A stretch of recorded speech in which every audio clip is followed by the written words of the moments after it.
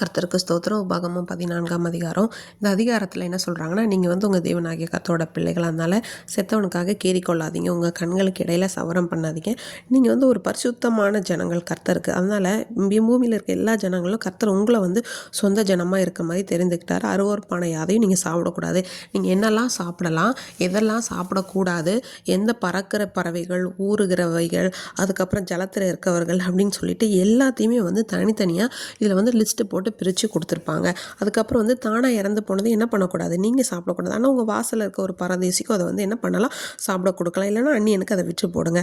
நீங்கள் வந்து உங்கள் தேவனாகிய கர்த்தருக்கு பரிசுத்த ஜனங்கள் அப்படின்னு சொல்கிறாங்க. அதுக்கப்புறம் தேவனாகிய கர்த்தருக்கு நீ எப்பொழுதும் பயந்திருக்க பழகணும். வருஷந்தோறும் விதைக்கிற வயல் எல்லாத்தையும் தசம பாகத்தை பிரித்து வச்சுட்டு தேவனுடைய நாமம் விளங்கும்படி அவர் தெரிந்து கொள்கிற ஸ்தானத்தில் போய் நீ என்ன பண்ண, தானியம், திராட்சை ரசம், எண்ணெய் எல்லாத்தையும் தசமமாக கொடுத்து ஆடு மாடுகளோட தலையிட்டு அதை எல்லாத்தையும் அவரோட சந்நிதியில் புசிக்கணும். இப்போ தேவனாகிய கர்த்தர் ஆசீர்வதிக்கிற காலத்தில் அவரோட நாம விளங்கும் கொள்ளும்படி அவர் வந்து ஒரு ஸ்தானத்தில், அவர் தெரிந்து கொள்கிற ஸ்தானத்தில் தானே பலியிட சொல்லியிருப்பாங்க. அது வந்து உனக்கு வேற தூரமாக இருக்கா, நீ அதை என்ன பண்ண, பணம் முடிப்பாக கையில் எடுத்துகிட்டு அந்த இடத்துல போய் பணம் கொடுத்துட்டு எல்லாத்தையும் வாங்கி அவங்க வந்து அவருடைய சந்நிதியில் நீங்கள் வந்து சந்தோஷப்படலாம்.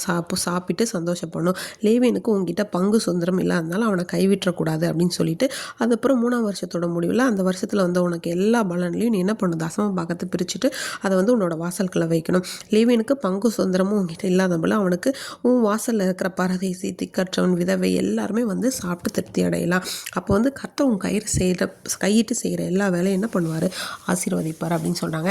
இந்த வசனம் இந்த அதிகாரத்துடைய முதல் வரியில் பார்த்தோன்னா, நீங்கள் உங்கள் தேவனாகிய கர்த்தரின் பிள்ளைகள். அடுத்தது வந்துன்னா சொந்த ஜனங்கள், கர்த்தருக்கு பரிசுத்தமான ஜனங்கள் அப்படின்னு சொல்கிறாங்க. திரும்ப வந்து நீங்கள் வந்து கர்த்தருக்கு பரிசுத்த ஜனங்கள் அப்படின்னு இடைக்கிடையில் வந்து தேவனாகிய கர்த்தர் வந்து ஒவ்வொரு வார்த்தைகளை வந்து அழுத்தி சொல்கிற விஷயத்த நம்ம வந்து கவனிக்க நேரிடும். இன்றைக்கி கூட நமக்குன்னு வந்து சில உறவுகள் வந்து உலகத்தில் இல்லாமல் இருக்கலாம். சில நண்பர்கள் பழகி நம்மளை விட்டுருக்கலாம், இல்லை நம்ம கூட அப்பா அம்மா இல்லாமல் போயிருக்கலாம், இல்லை உறவினர்கள் இல்லாமல் போயிருக்கலாம், ஏதோ ஒரு சூழ்நிலைகளை சண்டை போட்டு பிரிஞ்சிருக்கலாம், எப்படி வேணால் இருக்கலாம். ஆனால் நீங்கள் உங்கள் தேவனாகிய கர்த்தரின் பிள்ளைகள் அப்படின்னு இருக்கும்போது தேவனுக்காக நம்ம வந்து ஒரு தனித்தன்மையாக தெரிய வேணும் அப்படிங்கிறது தான் கர்த்தர் வந்து விரும்புகிறாரு. எனவே அவருக்கு பிரியமான, அவருக்கு உகந்த பரிசுத்த ஜனங்களாய் வாழ நம்மை நாமே அர்ப்பணிப்போமாக. ஆமென்.